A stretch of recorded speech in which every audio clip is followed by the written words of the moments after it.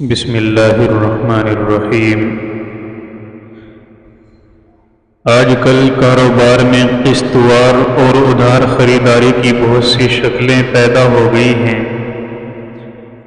اس لیے ان کے لیے شرعی حل کی بھی ضرورت ہے۔ تو اس کے لیے چند صورتیں ہیں۔ نمبر 1، نقد کے مقابلے میں ادھار کی قیمت زیادہ کرنا۔ لوکل اور بین الاقوامی مارکیٹ میں یہ دستور ہے کہ نقد معاملے میں رعایت ہوا کرتی ہے اور ادھار میں رعایت نہیں ہوتی، بلکہ بازاری بھاؤ سے کچھ زیادہ قیمت کے ساتھ ہی معاملہ ہوا کرتا ہے، اور جانبین اضافہ قیمت کے ساتھ ادھار معاملہ کرنے کے لیے تیار ہو جایا کرتے ہیں، اور لوگوں کے درمیان بڑے کاروبار میں 75% معاملہ اضافہ قیمت کے ساتھ ادھار ہوا کرتا ہے۔ اس لیے شریعت نے بھی اس کی رعایت رکھی ہے کہ اضافہ قیمت کے ساتھ ادھار کا معاملہ جائز اور درست ہے، جبکہ مدت بھی متعین کر لی جائے۔ اگر مدت متعین کر لی جائے تو اس وقت اضافہ قیمت کے ساتھ ادھار کا معاملہ طے کرنا جائز ہے، مگر قیمت کے اس اضافے کو مستقل طور پر مدت کی قیمت تسلیم نہیں کیا جاتا ہے، بلکہ جو مبیع کی قیمت ہے اس کے ضمن میں ہی اس کو تسلیم کیا جاتا ہے، اور اس اضافے کو سود میں داخل نہیں کیا جا سکتا، بلکہ اس کو گراں فروشی کہا جا سکتا ہے۔ نمبر 2، ادھار قیمت کو قسطوں میں ادا کرنا۔ ادھار معاملہ طے ہو جائے اور ساتھ ساتھ یہ بھی طے ہو جائے کہ پوری رقم ایک ساتھ ادا نہیں کی جا سکتی، بلکہ کئی قسطوں میں ادا کی جا سکتی ہے، اور یہ بھی طے ہو جائے کہ کتنی مدت میں اور کتنی قسطوں میں ادا کرنی ہے، تو اگر اس طرح مدت اور قسطیں متعین کر لی جائیں اور کسی قسط کی ادائیگی میں تاخیر ہونے پر مزید کسی قسم کا اضافہ نہ ہو تو قسطوں میں ادا کرنے کی شرط پر بھی معاملہ جائز اور درست ہو جاتا ہے۔ نمبر 3، نقد اور ادھار میں قیمت کی تعیین۔ اگر کوئی شخص نقد اور ادھار دونوں طرح خرید و فروخت کرتا ہے اور ادھار کی قیمت نقد کے مقابلے میں زیادہ بتلاتا ہے اور بوقت معاملہ خریدار کے ساتھ دونوں کی قیمت ایک ساتھ ذکر کر دیتا ہے، مثلا یہ کہتا ہے کہ نقد 10 روپے میں اور 1 ماہ کے ادھار پر ہو تو 12 روپے میں، اور 2 ماہ کے ادھار پر ہو تو 14 روپے میں، تو اگر اس طرح بیان کرنے کے بعد دونوں کسی ایک قیمت پر اتفاق کیے بغیر لین دین کریں گے تو عقد فاسد ہو جائے گا، اس لیے کہ ایسی صورت میں ایک بھی قیمت متعین نہیں ہو پاتی، اور قیمت متعین نہ ہونے سے معاملہ فاسد ہو جاتا ہے۔ اور اگر اسی طرح اسی مجلس میں دونوں ادھار یا نقد میں سے کسی ایک قیمت پر متفق ہو جائیں تو معاملہ شرعاً جواز کے دائرے میں داخل ہو کر درست ہو جائے گا۔ نمبر 4، ادھار میں زائد قیمت سود ہوگا یا نہیں۔ زیادہ قیمت پر ادھار فروخت کرنے میں زائد قیمت ربا اور سود کے دائرے میں داخل نہیں ہوتی، بلکہ گراں فروشی ہی کے دائرے میں داخل ہوگی، اس لیے اس کے جواز میں کوئی شبہ نہیں، اور ادھار میں گراں فروشی بالاتفاق جائز ہے، کیونکہ سامان کے سودے میں ادھار کا خیال کر کے قیمت میں کچھ اضافہ کر دیا جائے تو وہ براہ راست مدت کا معاوضہ نہیں بلکہ اس سامان ہی کی قیمت ہے۔ نمبر 5، تاخیر پر شرح سود کا اضافہ۔ ادھار فروختگی میں اس طرح معاملہ طے کرنا کہ مثلا اگر 1 ماہ میں ادا کیا جائے تو 10 روپے میں، اور اگر 1 ماہ میں ادا نہ کیا جائے تو 2 روپے مزید دینے ہوں گے۔ اس طرح ہر ماہ میں 2 روپے کا اضافہ ہوتا رہے گا۔ تو اس طرح کا معاملہ قطعاً ناجائز اور حرام اور سود ہے۔ اسی طرح اگر ادھار کی مدت متعین ہو گئی اور یکمشت یا قسطوں میں ادائیگی کی بات طے ہو گئی، مگر ساتھ ساتھ یہ بھی شرط لگا دی جائے کہ وقت مقررہ پر پوری رقم یا کوئی قسط ادا نہ کی گئی تو مزید کچھ رقم ادا کرنی ہوگی اور اضافہ فیصد کے حساب سے ہوگا، یا اس کی مقدار متعین کر دی جائے، تو بہر صورت یہ معاملہ شرعی طور پر ناجائز اور حرام ہے اور زمانہ جاہلیت کے سودی معاملے کے دائرے میں داخل ہو جائے گا، اس لیے اس سے احتراز لازم ہے۔ نیز یہ اضافی رقم براہ راست مدت کے عوض میں ہے، اس لیے یہ ربا میں داخل ہو کر ناجائز اور حرام ہوگی۔ لہذا اس اضافی رقم کی شرط لگانا ایسی زیادتی ہے جو خالی عن العوض ہے، اس لیے یہ اضافی رقم بلا شبہ سود اور ناجائز ہے۔ حدیث میں ہے کہ ایک آدمی نے اس سلسلے میں حضرت ابن عمر رضی اللہ عنہما سے سوال کیا تو انہوں نے اس طرح معاملہ کرنے سے ممانعت فرمائی۔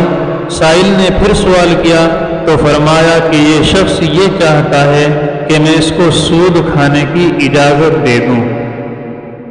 نمبر 6، ادھار کی وصولی کو رہن کے ذریعے یقینی بنانا۔ آج کل لوگوں کے معاملات دن بدن خراب ہوتے جا رہے ہیں، کسی پر یقین اور بھروسہ کرنا دشوار ہو گیا ہے، اس لیے ادھار فروختگی میں بائع کو خریدار پر پوری طرح یقین نہیں ہوتا کہ وقت مقررہ پر بغیر کسی ٹال مٹول کے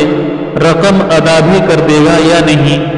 اس لیے ثمن کی ادائیگی کو یقینی بنانے کے لیے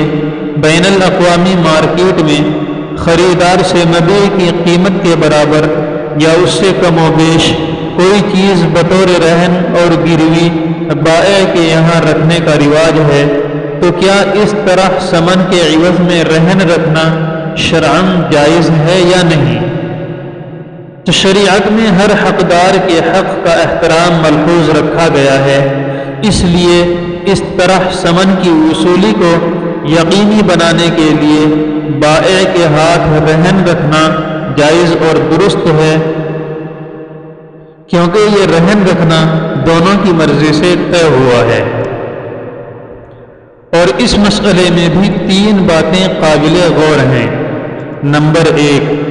بائع کے لیے مال مرہون یعنی گروی رکھے ہوئے مال سے فائدہ اٹھانا جائز ہے یا نہیں؟ تو اس کا حکم یہ ہے کہ بعض فقہا نے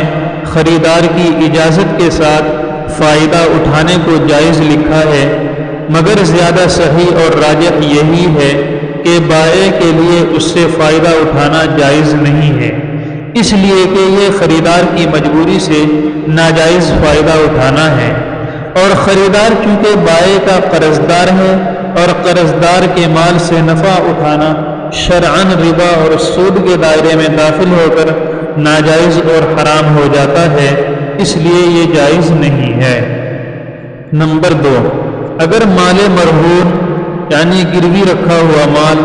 بائع کے پاس ضائع ہو جائے تو خریدار کے مال سے ضائع ہوگا یا بائع کے مال سے؟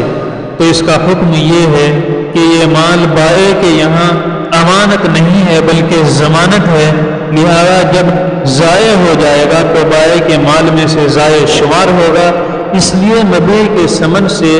مجرا ہو جائے گا۔ نمبر 3، اگر خریدار شیء مبیع کی قیمت ادا کرنے میں ٹال مٹول کرے یا وہ تنگ دست ہو جائے اور ادھار کی مدت بھی ختم ہو جائے تو بائع کے لیے جائز ہے کہ خریدار کو مطلع کر کے مناسب قیمت میں مال مرہون فروخت کر کے اپنی رقم وصول کر لے، لیکن اگر مال مرہون کی قیمت زیادہ ہو تو زائد رقم خریدار کو واپس کر دینا لازم ہوگا۔ نمبر 7، ثمن کے لیے مبیع کو روک لینا۔ اگر خریدار ثمن کی ادائیگی میں ٹال مٹول کرے یا تنگ دستی کی وجہ سے ادائیگی میں تاخیر کرے تو بہر دو صورت بائع کو پورا ثمن اور قیمت وصول کرنے کے لیے پوری مبیع یا بعض مبیع کو روک لینے کا حق ہے، چاہے شیء مبیع کو رہن کی حیثیت دی جائے یا صرف ثمن کی وصولی کے لیے مبیع کو روک لینے کی حیثیت دی جائے۔ دونوں صورتوں میں روکنے کا مکمل حق ہے۔ ہاں البتہ اگر حبس مبیع کی حیثیت دی جائے گی تو ثمن نہ ہونے کی وجہ سے عقد ختم کر دینے کا حق ہوگا، اور اگر رہن کی حیثیت دی جائے تو ثمن وصول کرنے کے لیے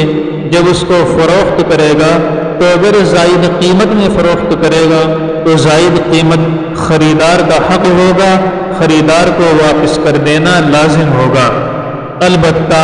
رہن قرار دینا اس وقت صحیح ہوگا جبکہ خریدار نے قبضے کے بعد بطور رہن دے دیا ہو۔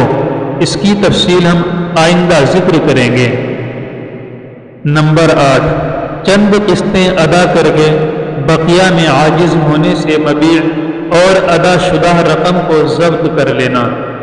تاجروں میں ایسا معاملہ بھی رائج ہو چکا ہے کہ ادھار معاملے میں قسط وار ادائیگی کی شرط لگائی جائے اور ساتھ ساتھ یہ بھی شرط رکھی جائے کہ چند قسطیں ادا کر دینے کے بعد بقیہ قسطیں طے شدہ مدت میں ادا نہ کر سکے تو مبیع اور ادا شدہ قسطیں سب بائع کو مل جائیں گی۔ تو اس طرح کا معاملہ شرعاً جائز ہے یا نہیں؟ تو اس کے بارے میں شرعی حکم یہ ہے کہ یہ صرف اور صرف مبیع کو واپس لے کر عقد کو فسخ کر دینے کا حق ہے، مگر ادا شدہ قسطوں کو ضبط کرنے کا حق نہیں۔ ان قسطوں کو واپس کر دینا لازم ہوگا، بائع کے لیے ادا شدہ قسطوں کی رقم حلال نہیں ہوگی۔ نمبر 9، مبیع کو بائع کے پاس رکھ کر رہن قرار دینا۔ اگر ادھار خریداری میں مبیع کو بائع کے پاس اس طرح رہن قرار دیا جائے کہ مبیع بائع کے پاس بطور رہن اس وقت تک رہے گی جب تک ثمن ادا نہ ہو جائے تو اس کی دو حیثیتیں ہیں۔ نمبر 1، خریدار نے مبیع پر قبضہ ہی نہ کیا، بغیر قبضے کے رہن رکھ دیا تو یہ صورت جائز نہیں، اس لیے کہ ادھار خریداری میں مبیع کو قبضے سے قبل روک لینا یہ جائز نہیں ہے۔ نمبر 2، خریدار نے مبیع پر قبضہ تو کر لیا تھا، اس کے بعد بطور رہن رکھتا ہے تو یہ جائز ہے، اس لیے کہ اس میں ادھار معاملے میں بائع نے مبیع کو حصول ثمن کے لیے نہیں روکا ہے بلکہ خریدار کے حوالے کر دیا تھا، تو پھر اس کے بعد ثمن کی ادائیگی کو یقینی بنانے کے لیے خریدار نے بطور رہن بائع کے حوالے کر دیا ہے۔ نمبر 10، ضمانت لینے والے کی اجرت۔ ضمانت یہ ایک فعل تبرع ہے، مگر آج کل بغیر اجرت کے کوئی شخص ضمانت کا بار اپنے اوپر لینے کے لیے تیار نہیں ہوتا، تو کیا اجرت پر کفیل اور ضامن بنانا اور کفیل کے لیے اجرت لینا جائز ہوگا یا نہیں؟ تو اس سلسلے میں حضرت اقدس مولانا مفتی محمد تقی عثمانی مدظلہ العالی نے اپنے مقالے میں کفیل کو قرض خواہ پر قیاس کر کے ناجائز قرار دیا ہے، اور موصوف مدظلہ نے کفیل کو قرض خواہ کے ساتھ بہت دور سے مناسبت پیدا کرنے کی کوشش فرمائی ہے، مگر اکثر فقہائے کرام نے کفیل کے لیے اجرت لینے کو جائز قرار دیا ہے اور کل قرض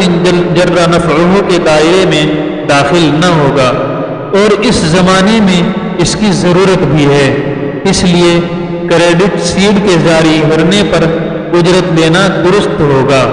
حضرات فقہا کی عبارت کی روشنی میں اس کو جائز قرار دینا ہی زیادہ مناسب معلوم ہوتا ہے۔ نمبر 11، ادھار معاملے میں دستاویز کی خرید و فروخت۔ بین الاقوامی مارکیٹ میں ایسا معاملہ بہت زیادہ رائج ہے کہ ادھار معاملہ طے ہو گیا اور طرفین نے رقم کی وصولی کے سلسلے میں تمام شرائط کی تفصیل تحریر کر کے ایک دستاویز تیار کر لی اور مدت اور شرائط کی تکمیل پر دستاویز پیش کر کے رقم حاصل کرنا ہے، مگر بائع کو کبھی وقت مقررہ سے پہلے رقم کی ضرورت ہو جاتی ہے، جس سے وہ مجبور ہو کر دستاویز میں لکھی رقم سے کم دستاویز کو نقد فروخت کرنے پر پیش کرتا ہے اور سرمایہ دار لوگ اس کو کم پیسے میں خرید کر وقت مقررہ میں دستاویز پیش کر کے پورے پیسے وصول کر لیتے ہیں، اور اسی طرح چیک کی بھی خرید و فروخت ہوتی ہے۔ یہ شرعاً بیع الجامعیہ کے مرادف ہے، اور جامعیہ کی شکل یوں ہوتی ہے کہ حکومت کے ملازم یا صاحب وظیفہ جس کو حکومت کی طرف سے میعاد مقررہ پر تنخواہ یا وظیفہ ملتا ہو اور اس کو مقررہ وقت سے قبل پیسوں کی ضرورت کی وجہ سے دوسرے کے ہاتھ کم قیمت میں فروخت کر دیتا ہے، اور خریدار وقت مقررہ پر اس کو حاصل کر لیتا ہے۔ حضرات فقہا نے اس طرح کے معاملے کو ناجائز لکھا ہے، لہذا ایسا معاملہ جائز نہ ہوگا۔ نمبر 12، ادھار فروختگی میں مدت کی تعیین کے بعد ثمن کا کچھ حصہ معاف کر کے بقیہ فوری وصول کرنا۔ اگر معاملہ نقد طے ہوا ہے، پھر اس کے بعد فروخت کرنے والا اپنی خوشی سے مبیع میں کچھ اضافہ کر دیتا ہے یا ثمن کا کچھ حصہ معاف کر دیتا ہے، یا خریدار اپنی خوشی سے ثمن میں کچھ اضافہ کر دیتا ہے، تو یہ بلا تردد جائز اور درست ہے، جیسا کہ ہدایہ باب المرابحہ کے تحت اس کی صراحت ہے۔ اسی طرح بائع نے کچھ مدت کے بعد اضافہ کر دیا یا کچھ ثمن معاف کر دیا، یا خریدار نے ثمن میں اضافہ کر دیا ہے، تب بھی جائز ہے، بشرطے کہ اصل ثمن اور اصل مبیع موجود ہو، جیسا کہ بزازیہ میں اس کی صراحت ہے۔ مگر اس کے برخلاف اگر معاملہ ادھار طے ہوا ہے اور بائع نے کہا کہ ثمن میں سے کچھ حصہ معاف کر دیں گے اور بقیہ فوری ادا کر دو، تو اس طرح کا معاملہ جائز ہے یا نہیں، اس بارے میں علماء کے دو فریق ہیں۔ فریق اول حضرت ابن عباس، امام ظفر، ابراہیم نخعی، ابو ثور رحمہم اللہ وغیرہ کے نزدیک ایسا معاملہ جائز ہے۔ ان کی دلیل امام بیہقی کی سنن کبریٰ میں حضرت ابن عباس رضی اللہ عنہ کی روایت ہے، آپ نے بنو نذیر کے واقعے کے تحت فرمایا کہ رقم کچھ کم کرا کے فوری ادا کر دو۔ فریق ثانی حضرت عبداللہ ابن عمر، حضرت زید ابن ثابت رضی اللہ عنہما، حضرات ائمہ اربعہ حسن بصری، محمد ابن سیرین، سعید ابن المسیب اور عامر شعبی رحمہ اللہ وغیرہ کے نزدیک یہ معاملہ جائز نہیں ہے، اس لیے کہ اس میں صرف مدت کے عوض میں ثمن کا ایک حصہ آ رہا ہے، نیز حدیث شریف میں اس کی ممانعت آئی ہے اور اس کو سود قرار دیا گیا ہے۔ بہرحال حدیث بنو نذیر میں بہت سے اشکالات ہیں، مثلا یہ حدیث شریف سند کے اعتبار سے ضعیف ہے، نیز بنو نذیر کو آیت ربا کے نزول سے قبل جلاوطن کیا گیا ہے، اس لیے اس حدیث شریف سے استدلال درست نہ ہوگا، لہذا حضرت عبداللہ ابن عمر رضی اللہ عنہما کی روایت جو موطا امام مالک اور مصنف عبد الرزاق میں ہے، اور حضرت مقداد ابن اسود رضی اللہ عنہ کی روایت جو سنن بیہقی میں ہے، وہی معتبر ہوگی، اور حضرات فقہا نے بھی اسی کو اختیار فرمایا ہے۔ الغرض ادھار معاملے میں ثمن کا کچھ حصہ معاف کر کے بقیہ فوری وصول کرنا جائز نہیں ہے۔ ہاں البتہ اگر مدت پوری ہو چکی ہو پھر ادا نہیں کیا ہے اور صاحب حق کہتا ہے کہ بھائی فوری اتنا دے دو بقیہ معاف کر دیتا ہوں، اس طرح جائز ہے کیونکہ مدت اب ہے ہی نہیں، لہذا یہ تبرع ہی مانا جائے گا اور تبرع بہر صورت جائز ہے۔ نمبر 13، اوپر کی تفصیل کا حاصل یہ نکلتا ہے کہ ادھار اور قرض میں سے کچھ حصہ معاف کر کے بقیہ حصہ فوری وصول کرنے کی دو شکلیں ہوتی ہیں۔ شکل نمبر 1، ادھار مال کی خریداری یا قرض کی جو مدت متعین ہو چکی ہے اس مدت کے پوری ہونے سے پہلے ایسا معاملہ کر لیا جائے کہ کچھ حصہ معاف کر دے اور بقیہ حصہ فوری ادا کر دے تو جائز نہیں ہے، جیسا کہ اوپر کے دلائل سے واضح ہوتا ہے۔ شکل نمبر 2، دوسری شکل یہ ہے کہ مدت پوری ہو جانے کے بعد ادھار مال خریدنے والا یا قرضہ لینے والا ادا نہیں کرتا ہے، چاہے مفلس ہونے کی وجہ سے ادا نہیں کر رہا ہو یا کسی اور وجہ سے، تو ایسی صورت میں قرضہ دینے والے اور ادھار خرید و فروخت کرنے والے کے لیے ایسی پیشکش کرنا جائز ہے کہ کچھ حصہ معاف کر دے اور بقیہ حصہ فوری ادا کر دے۔ ایسی صورت میں جو حصہ معاف کر دیا ہے وہ مدت کے عوض میں نہیں ہوتا ہے، اور پہلی صورت میں وہ حصہ مدت کے عوض میں قرار دیا جاتا ہے، اس لیے پہلی صورت ناجائز اور دوسری صورت جائز ہو جائے گی، جیسا کہ حضرت کعب ابن مالک اور عبداللہ ابن ابی حضرت رضی اللہ عنہما کے معاملے میں حضور اقدس صلی اللہ علیہ وسلم نے آدھا معاف کر کے بقیہ فوری وصول کرنے کی ترغیب دی ہے۔ نمبر 14، ادھار میں مدت طے نہیں ہوئی پھر کچھ ثمن معاف کر کے بقیہ فوری وصول کرنا۔ اگر ادھار معاملہ طے ہو جائے اور ادھار کی مدت بھی متعین نہ ہو تو اس طرح لین دین جائز ہے یا نہیں، اور کتنی مدت تک کے لیے مانا جائے، تو اس بارے میں شرعی حکم یہ ہے کہ اگر اس طرح لین دین کا رواج ہے تو ایسا معاملہ بھی جائز ہے، مگر مدت 1 ماہ تک مانی جائے گی اور مشتری کے لیے مزید مہلت لیے بغیر 1 ماہ سے زائد تاخیر کا حق نہ ہوگا، البتہ 1 مہینہ پورا ہونے کے بعد مزید مہلت لیتا رہے اور تاخیر ہوتی رہے تو کوئی مضائقہ نہیں۔ اور اگر بغیر مدت کے واضح کیے ادھار کا معاملہ طے ہوا ہے، پھر آپس کی رضامندی سے ثمن کا کچھ حصہ معاف کر کے فوری ادائیگی پر اتفاق ہو جائے تو اس طرح کرنا جائز ہے یا نہیں، حضرات علماء نے اس کو جائز قرار دیا ہے، اس لیے کہ جو ثمن معاف کیا گیا ہے وہ مدت کا عوض نہیں ہے بلکہ تبرع ہے، کیونکہ مدت کا عوض اس وقت قرار دیا جا سکتا ہے کہ جب مدت متعین ہو جائے، اور یہاں متعین نہیں ہے لہذا یہ شکل جائز ہوگی۔ نیز اسی طرح اگر مدت متعین تھی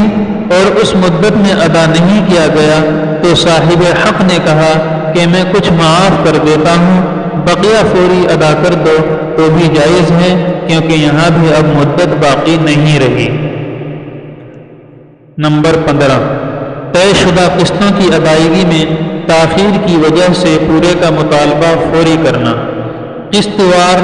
ادائیگی کے معاہدے پر ادھار معاملہ طے ہو جائے، پھر طے شدہ قسطوں کی ادائیگی میں کسی قسط کے ادا کرنے میں تاخیر ہونے کی وجہ سے قسطوں کی ادائیگی کے لیے جو مدت اور مہلت دی گئی تھی اس کو ختم کر کے ثمن کا پورا مجموعہ فوری طور پر ادا کرنے کا مطالبہ کرنا جائز ہے یا نہیں، تو حضرات فقہا نے خریدار کی لاپرواہی کی وجہ سے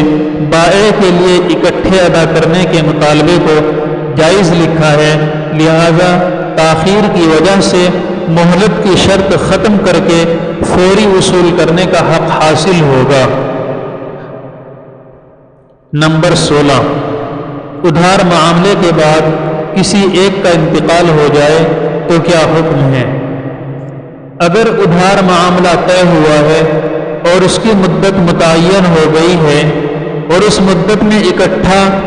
ادا کرنا طے ہوا ہو یا قسط وار، دونوں صورتوں میں اگر مدت پوری ہونے سے قبل عاقدین میں سے کسی ایک کا انتقال ہو جائے تو مدت کے بعد فوری وصول کرنے کا حق ہے یا مدت پوری ہونے کا انتظار کیا جائے تو اس سلسلے میں 3 صورتیں پیش آ سکتی ہیں۔ صورت نمبر 1، ذمہ داری میت کے اوپر ہے تو اس کے اوپر ذمہ داری باقی رکھنا جائز نہیں ہے، اس لیے کہ موت کی وجہ سے ذمہ داری فاسد ہو جاتی ہے۔ صورت نمبر 2، ورثاء کے اوپر ذمہ داری عائد ہو جائے تو یہ بھی درست نہیں، اس لیے کہ ورثاء نے یہ ذمہ داری قبول نہیں کی ہے اور نہ دائن ورثاء کی ذمہ داری سے راضی ہے۔ صورت نمبر 3، میت کے مال کے ساتھ اس کا تعلق ہے تو ایسی صورت میں فوری طور پر معاملہ صاف ہو جانے ہی میں تاخیر معلوم ہوتی ہے، اس لیے کہ مدت پوری ہونے تک مال ضائع بھی ہو سکتا ہے اور بعد میں ورثاء ٹال مٹول بھی کر سکتے ہیں، اس لیے فوری ادائیگی کی شکل زیادہ بہتر ہے اور یہی حنفیہ کا مسلک بھی ہے۔ اور یہ تینوں شکلیں صرف مدیون کی موت کی صورت میں پیش آتی ہیں، مگر دائن کی موت کی صورت میں یہ خرابیاں لازم نہیں آتی، اس لیے فقہا نے دائن کی موت کی صورت میں بقائے مدت کو ترجیح دی ہے، جیسا کہ البحر الرائق کی عبارت سے واضح ہو جاتا ہے۔ نمبر 17، قسط وار خریداری میں انعام کو جوڑ دینا۔ اس زمانے میں ایسا بھی خرید و فروخت کا رواج چل پڑا ہے کہ بائع سامان کو قسطوں میں فروخت کرتا ہے اور ساتھ ساتھ یہ اعلان بھی کرتا ہے کہ متعدد خریداروں کے ساتھ قسط ادا کرتے وقت قرعہ اندازی کے ساتھ ایک سامان بطور انعام دیا جائے گا۔ یہ اس لیے کہا جاتا ہے کہ اس کے خریداروں کی تعداد زیادہ ہو جائے تو اس طرح کا معاملہ شرعی طور پر جائز ہے یا نہیں؟ تو شرعی حکم یہ ہے کہ جو قسطیں جمع کی جائیں گی ان کے عوض میں اصل مبیع ہر حال میں ملنا ہی ہے، اور موقع مل جائے تو بطور انعام بھی ایک سامان مل جاتا ہے، تو ایسی صورت میں اس طرح انعام کا لالچ دے کر قسط وار فروختگی کا معاملہ شرعاً درست ہو جائے گا۔ واللہ تعالی اعلم۔